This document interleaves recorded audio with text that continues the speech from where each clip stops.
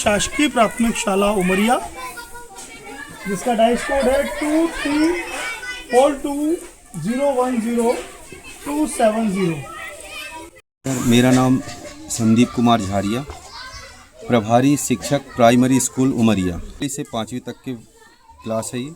और यहाँ पर अभी वर्तमान सत्र में 76 बच्चों की दर संख्या है। बैठने के लिए यहाँ की एक पुरानी बिल्डिंग है, वो डिसमेंटल घोषित हो चुकी है गवर्नमेंट की तरफ से। एक अतिरिक्त कक्ष 2006-07 के टाइम में ये बना हुआ था, तो यहाँ पर 2 क्लास को बैठालते हैं और बाहर की पर्ची एक ऑफिस वाले एरिया को क्लास बना करके बैठाल रहे हैं। एक पर्ची जो क्षतिग्रस्त है, लेकिन अभी फ़िलहाल उसकी कंडीशन ऐसी नहीं है कि वो गिर जाए, इसलिए वहाँ पर उसे 2 शेड में बना करके वहाँ 2 क्लास और बैठाल रहे हैं। जी, हमारे पास गांव वालों का एक प्रस्ताव आया था कि आंगनवाड़ी भवन पूरी तरह क्षतिग्रस्त हो चुकी है, तो आप कुछ समय के लिए अपनी प्राइमरी स्कूल में एडजस्ट करके यहाँ पर लगवाएं।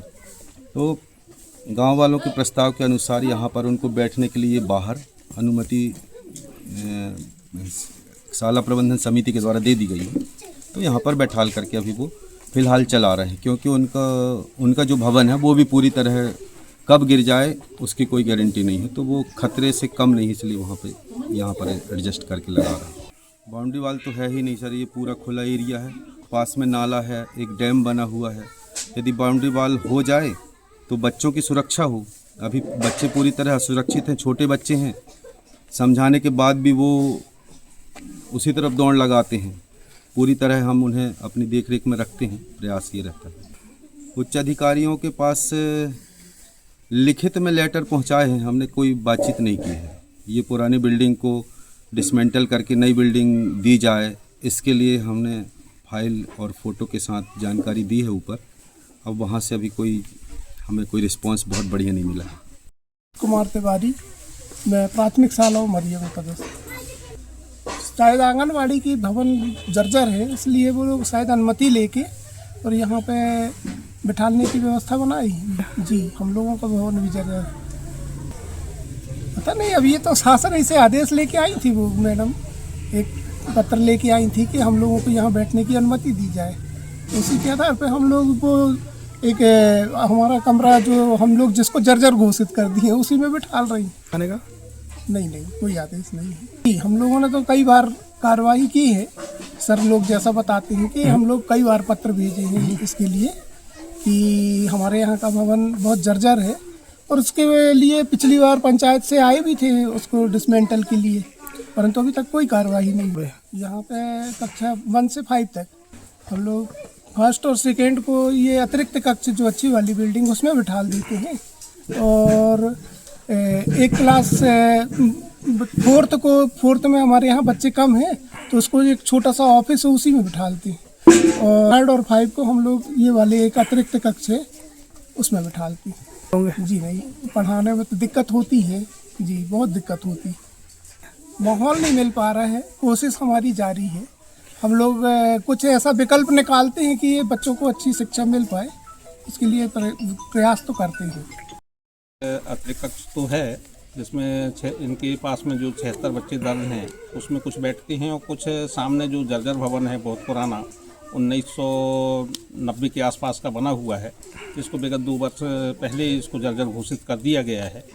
पर चूंकि व्यवस्था न होने के कारण उनमें शाला प्रबंधन की मजबूरी है कि वहाँ बच्चों को बैठाला जाए, जो मतलब रिस्क में है, बहुत बड़ा खतरा है वो कभी, क्योंकि उसकी जो दीवार अपन मौके में देखे कि पुरानी ज़माने की दीवार है, बगैर पीम कालम का भवन है और कच्ची जोड़ाई हुई है।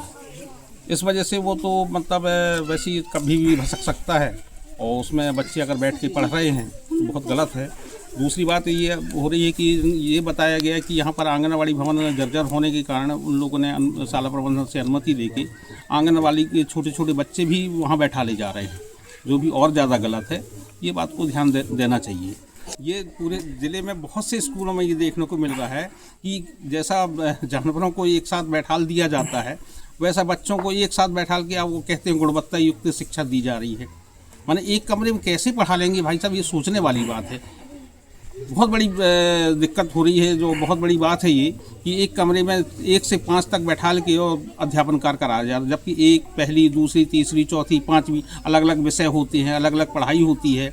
वो साथ में मिक्सअप कैसे पढ़ा पा रहे होंगे, ये तो वहाँ के शिक्षक ही बता सकते हैं। हाँ, लगभग अपने बहुत से स्कूल अभी तक देखे जिसमें सब्जी तो बिल्कुल नहीं मिल रही और दाल भी यहाँ की गुणवत्ता युक्त नहीं देखी गई। आज जो अपन ने यहाँ मध्याह्न भोजन देखा, दाल बिल्कुल पानी जैसे मिली। ये भी एक बच्चों के लिए मतलब जो पौष्टिक भोजन की बात करती है सरकार, कहाँ से पौष्टिक भोजन वो सामने दिख रहा है। निष्कर्ष पर पहुंचना तो ये है कि जो कहा जाता है देश का भविष्य तैयार करने की बातें, ये सब खोखली हैं। अभी हम लोग देख रहे हैं कि एक ही कक्ष में 1 से लेकर 5वीं तक के बच्चों को एक साथ बैठाया जाता है और अधिकांश स्कूल हम लोग व्यवस्था देखी। मतलब ये हुआ कि सांसद, विधायक, तहसीलदार, कलेक्टर, नायब तहसीलदार, पटवारी जितना है सबको एक रूम में बैठा दो आप, अब बोला काम कर लो। आप उम्मीद कर रहे हैं अच्छे भारत की, अच्छे देश की, कैसे संभव होगा ये? अभी हम लोगों ने देखा कि एक कक्ष पीछे बना हुआ है, 89-90 का है और जर्जर हो चुका है। मेरी शिक्षक महोदय से बात हुई झारी से, उनने बताया कि कोरोना काल में जो 2 साल स्कूल बंद रहा उसमें स्थिति बहुत ख़राब हो गई थी उसकी, और उसका छप्पर वगैरह से उड़ गया था, खपड़े वगैरह से उड़ गए थे। तो यहाँ के टीचर स्टाफ ने अपनी तरफ से पैसे इकट्ठे करके उसके टीन शेड लगवाया, लेकिन दुर्भाग्यवश आंधी तूफान आया, उसमें टीन शेड उड़ गए और अब वो भवन बिल्कुल जर्जर हो चुका है। तो इनने 21-22 में करस्पॉन्डेंट किया, ऊपर उच्च अधिकारियों को अपनी जानकारी दी कि भवन जर्जर हो चुका है, इसको आप डिसमेंटल कर दें, और अभी तक वो भवन डिसमेंटल नहीं हुआ। सबसे दुर्भाग्यपूर्ण बात यह है कि उस डिसमेंटल किए जाने वाले भवन में आंगनवाड़ी के बच्चे आजकल बैठ रहे हैं। क्या अधिकारियों को नहीं दिखता ये सब? कल के दिन अगर कोई दुर्घटना हो जाए, जिम्मेदार कौन? इस समय शासकीय प्राथमिक शाला उमरिया का हमने भ्रमण किया। एक ही क्लास, वही स्थिति, वही स्वरूप। यहाँ पर 74 से 71 बच्चे हैं मौजूद। आंगनबाड़ी के बच्चों के लिए भी जगह नहीं है, भवन जर्जर हो चुका है, तो उनको भी यहाँ पर रहने रुकने की व्यवस्था स्वरूप दे दिया गया है। टीचर अपनी पूरी कोशिश कर रहे हैं, समय पर आते हैं, समय पर जाते हैं, पढ़ाई वगैरह करवा रहे हैं, सारी चीज़ें हो रही, पर फिर भी घूम फिर के बात वही आती है कि एक अच्छी और गुणवत्ता युक्त शिक्षा, जो शिक्षा बच्चों का मौलिक अधिकार है, उससे हमारे बच्चे कहीं ना कहीं वंचित हो रहे हैं, जो कि हमारे लिए बहुत ही दुर्भाग्य का विषय है। बहुत बहुत धन्यवाद आपका। मैं कपिल वर्मा, द वायरल से।